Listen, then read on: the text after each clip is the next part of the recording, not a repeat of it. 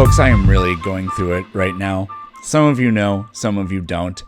I'm a pretty big Dallas Mavericks fan, and I'm just absolutely beside myself. None of you care about that, but, I'm recording this on Sunday, February 2nd, and I was hanging out with friends, and my phone went off with an ESPN alert, and I was like, oh, it's one of those joke trade things, but it wasn't. Anyways, this is the January Ask Me Anything video. Sorry I'm late. The end of January was just such a bad week for me getting things done, with the last day of the month falling on Friday or whatever it was. So sorry about that, but better late than never. Couple of real quick announcements. It's been really cool to see people subscribing to the Planet Peterson Clips channel. So if you're not already, if you could do that, that would be a big help. I did launch a third channel. I don't know if that was a wise idea or not, Planet Peterson Education. So it's going to take me some time to be able to develop stuff for that, but there's a couple dinosaur documentaries on there, and I will be working on some more of those. And that channel is going to be exclusively for just like learning stuff, and it'll be strictly kind of like science and nature based. At least that's my plan. I may actually start doing some more history stuff on there too. The final thing is, facts that aren't true should be available soon. I'm thinking in 1 or 2 weeks, you might be able to place your order. So I'll give an official update when I know more. So Liam, who is a patron, and patrons get to go first for all the questions. Thank you for the question and your support. Do I have any hobbies that you think people would be surprised about? First of all, I really, really, really like making stuff and refurbishing stuff. I don't do it a lot, but I will. I'll just have to take some pictures, because I can't take my camera with you around the house, of stuff that I have made or refurbished. So enjoy. I used to do art a lot more regularly. I haven't done any artwork in probably over a year at this point, but I got really into making digital art on the iPad. In fact, I illustrated all of the drawings, or nearly every single drawing, for my upcoming book. But I'll just show you a quick slideshow type thing of some of the artwork that I've done recently.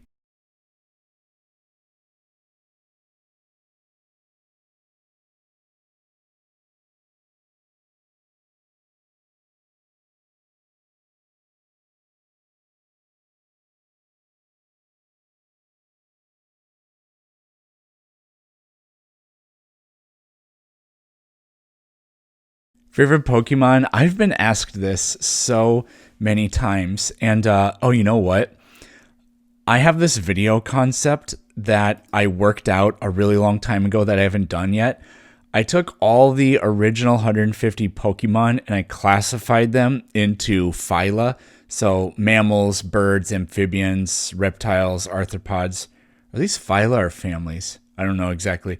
And then the plants, fish, Nidaria, all that kind of stuff. And I plan on going through. I categorized every single one of them. And I created a phylogenetic tree to show what's related to what and to what degree. So like closest ancestors and stuff like that. So maybe one day I will go through this. I have such a bad feeling that it's going to bomb so badly. That being said, I don't really have a favorite Pokemon. I do have a favorite episode, and it's the one where I think they're kind of on the coast, but they end up in that cave, and it's when they run into all the extinct Pokemon, which aren't really extinct or whatever. I thought that was the coolest episode. And then favorite fiction book? My whole childhood going to school, I pretty much never read any of the books that we were told to read. I hated reading, and I hate young Eric for that. I really do. But I do remember when I was pretty young, The Call of the Wild and White Fang by Jack London, those were my favorite stories. So I guess I'd have to go with that. Robert wants to know if there's any data out there correlating low IQ with MAGA. From an observer standpoint, the Trumpers we see in the media appear to be a few apples short of a strudel. So I mean, yeah, keep in mind that the media can selectively portray people however it wants.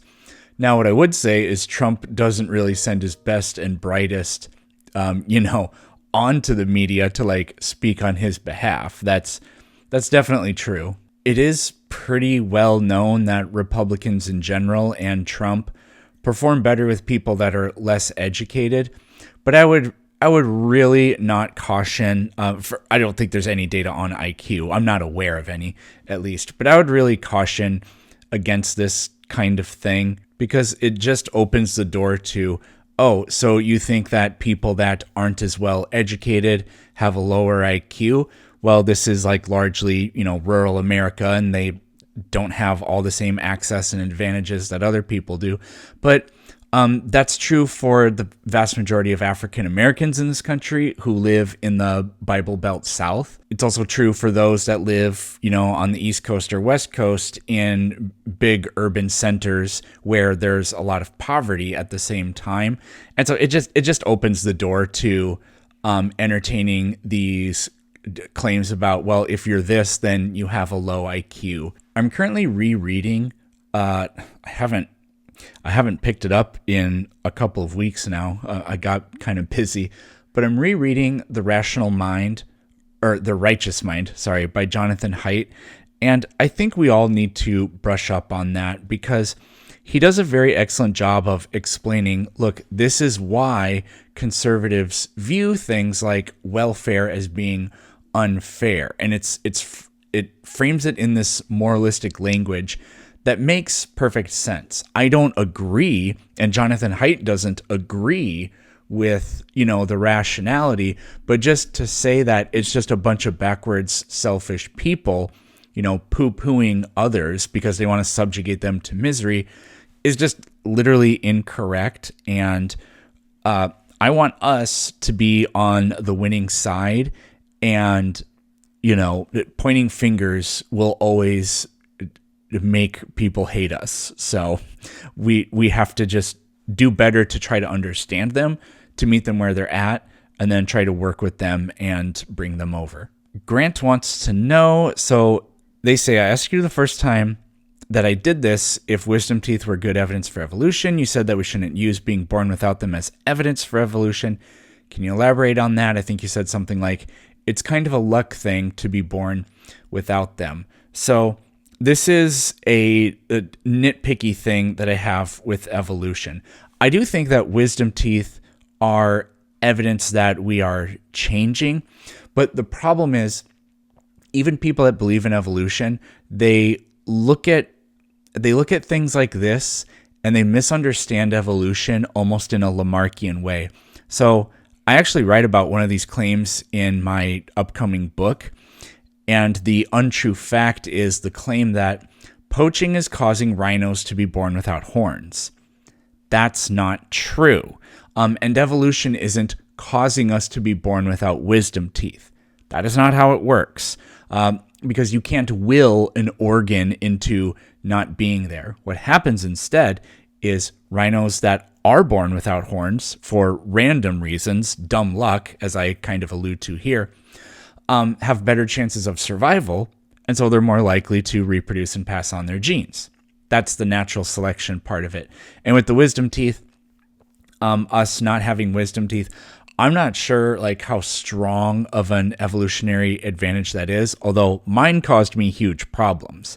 And you can imagine that a very long time ago, before medical intervention, that could cause a lot of infection and death. So it probably was advantageous, but no, it's when people frame it as our small jaws are making us be born without wisdom teeth, or evolution is making this happen.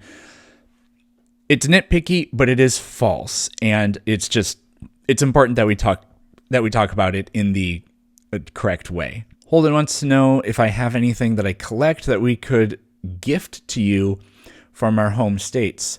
I have a pretty neat mineral, rock, and fossil collection. I'll do like I did earlier. I'll upload some pictures right here so you can see them.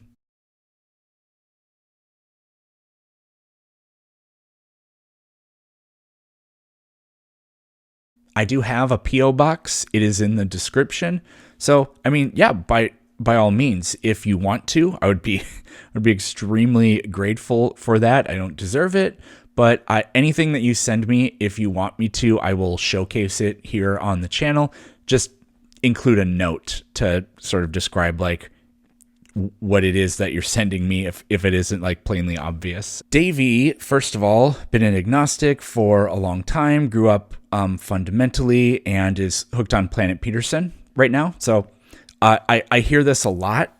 Well, I don't know if I hear it a lot, but I hear it regularly. It's not like I hear it every week, not like 10 times every week, but whatever. So I'm glad that this helps you and that you appreciate it. If nothing else, it's sometimes pretty entertaining. So there we go.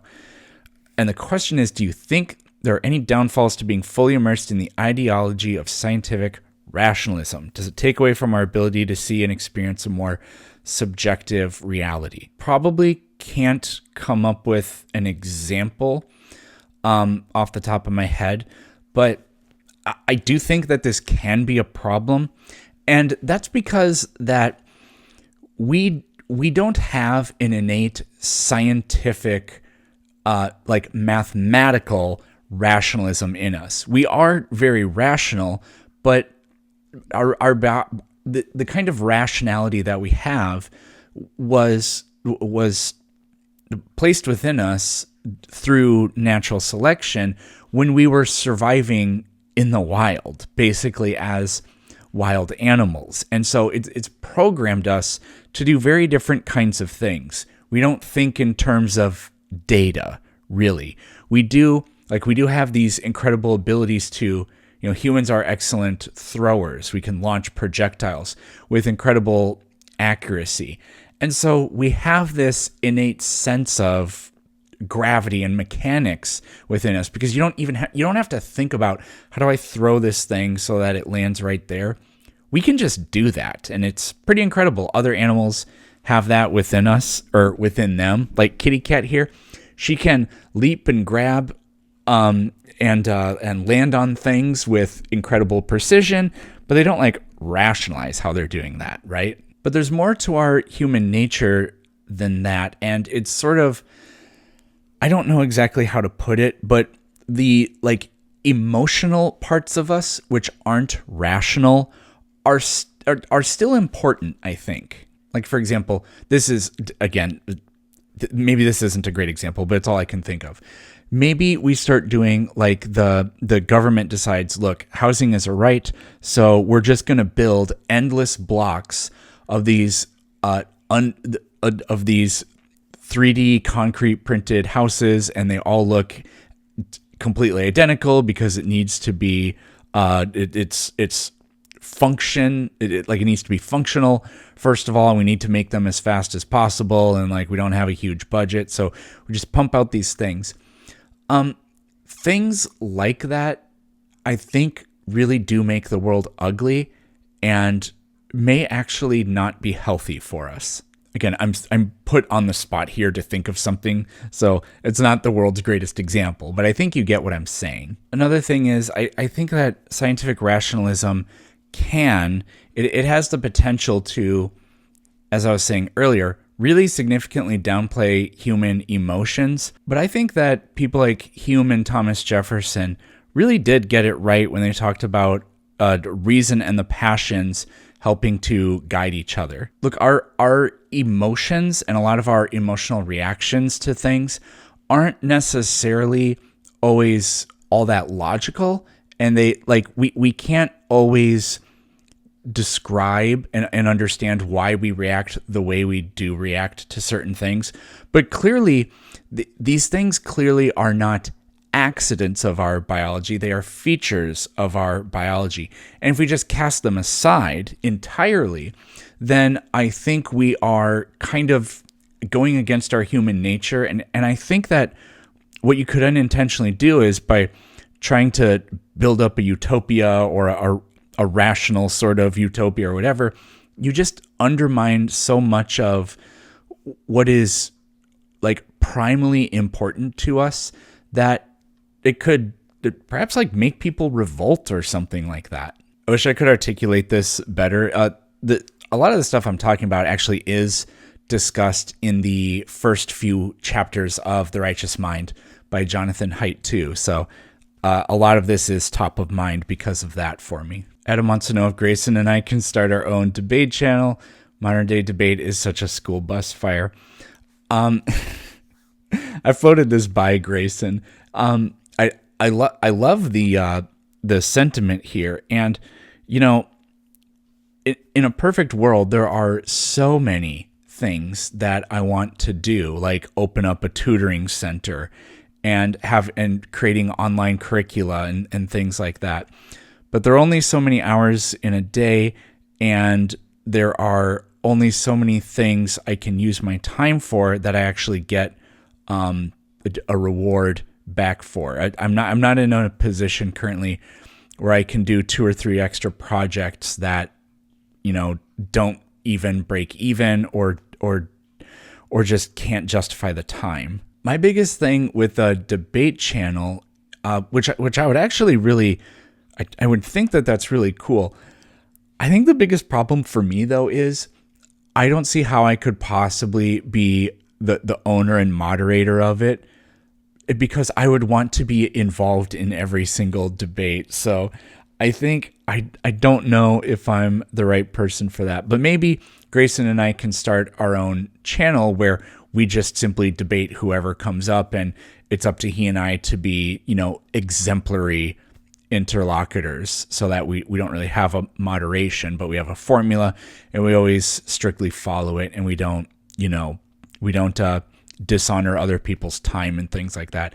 I actually think that I am pretty capable of that. I'm a pretty level interlocutor, except when I'm dealing with morons on TikTok. The final question, I did not get very many questions. Yeah, I don't know about the future of AMAs. They may have to be quarterly from now on instead of monthly, but we'll see.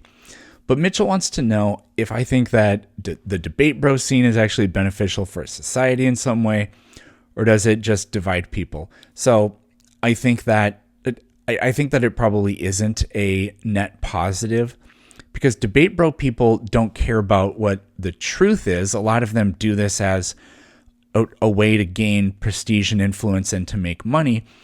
And so that's their brand, right? Their brand isn't telling the truth. Their brand is winning in order to make money off of it.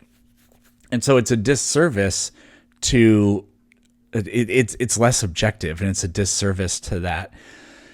And because of that, they can't afford to ever cede any ground. So they act incredibly hostile all the time. And there are not many honest discussions that happen because of that. You don't see middle ground in these kinds of discussions. So no, I don't think it's good. And what we know about the psychology of partisan views is that when you show people, even with data, even if the data is just made up, it doesn't matter, that they're wrong, they just entrench themselves even further. Wildly depressing. Now, obviously, people do change their minds, but the arc of progress is slow. But I think we can all acknowledge that, even a moderately educated person today knows far more true facts, even if they believe in stupid conspiracies at the same time.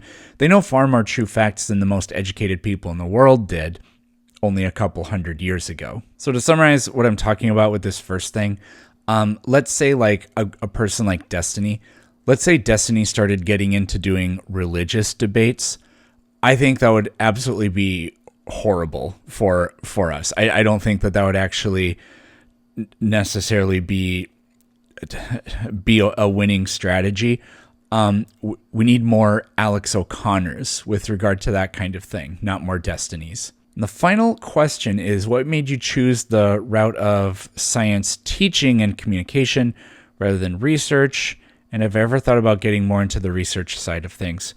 So when I started college, I didn't know what I wanted to do with my life. I was majoring in biology.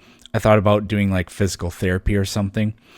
And then some pretty unfortunate things happened my freshman and sophomore years of college. And I guess I kind of went through, I wouldn't say I went through like an identity moratorium, but the future was not something that I ever had in mind.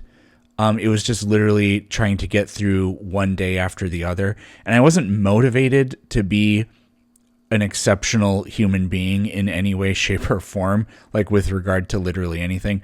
So I missed classes and I had to drop classes, and my GPA just went in the absolute toilet. And then when I got to be like a junior, I went to college for 5 years. I graduated with like 148 credits, and you only need 118 to graduate. So, yeah. But once I just decided I'm going to go into education because I really love science. I never really thought that the college I went to, is a really small Division II college, Northern State University. It wasn't the kind of place where like you get a pathway to becoming a scientist. I mean, not really. You could go on to like be like a lab person somewhere, I guess, but no, I never really viewed myself as having the technical knowledge or the grit, or certainly not the mathematical prerequisites to ever, I don't know, to really go into a field of like research. I mean, I wouldn't even know how to begin a career studying like evolutionary biology or something like that. But once I decided that I was going to go into education, then all of a sudden, because I had a future in mind, I started excelling and doing really well, and I got like pretty much all A's and B's. I have a master's degree, and I got straight A's in every single course for my master's degree. I never got straight A's for even one semester, let alone 1 year in high school or college. So no, I'll never be conducting my own research. I would like to read more science and like maybe have like a science news channel or something like that. Maybe that's what Planet Peterson Education could be, but yeah, like I said, there are only so many hours and I'm only one person. Maybe in the future when I hire a team, that kind of thing will be more feasible, but for now it's just me and my cat and you guys, and that's enough. Thanks for watching.